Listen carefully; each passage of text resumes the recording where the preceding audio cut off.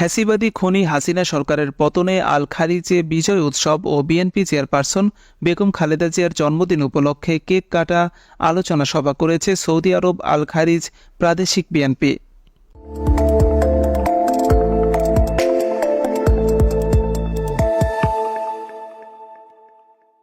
আল খারিজে স্থানীয় একটি কমিউনিটি সেন্টারে আয়োজিত আনন্দ উৎসবে সভাপতিত্ব করেন আল খারিজ বিএনপি কর্মী বান্ধব সভাপতি আসলাম আহমেদ মোরশেদ।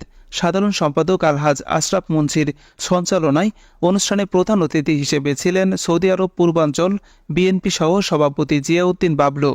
প্রধান বক্তা সৌদি আরব পূর্বাঞ্চল বিএনপি যুগ্ম সাধারণ সম্পাদক তাজুল ইসলাম গাজী, আমিনুল ইসলাম, যুব নেতা জাহাঙ্গীর আলম, আব্দুল শহীদ মৃধা, জাকির মোল্লা, মোহাম্মদ সেলিম, আলহাজ মামুনুর রশিদ, ফারুক মিজি, হারুন ভুইয়া, হাবিবুর রহমান, মুশারফ মজুমদার, মোহাম্মদ শামীম সহ প্রবাসী আল খারিজ প্রাদেশিক বিএনপির বিভিন্ন স্তরের সিনিয়র নেতৃবৃন্দ।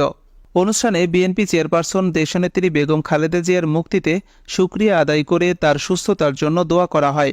ছাত্র আন্দোলনে নিহত সকল শহীদদের আত্মার মাগফিরাত কামনায় আহতদের সুস্থতার জন্য বিশেষ দোয়া ও মোনাজাত পরিচালনা করা হয়।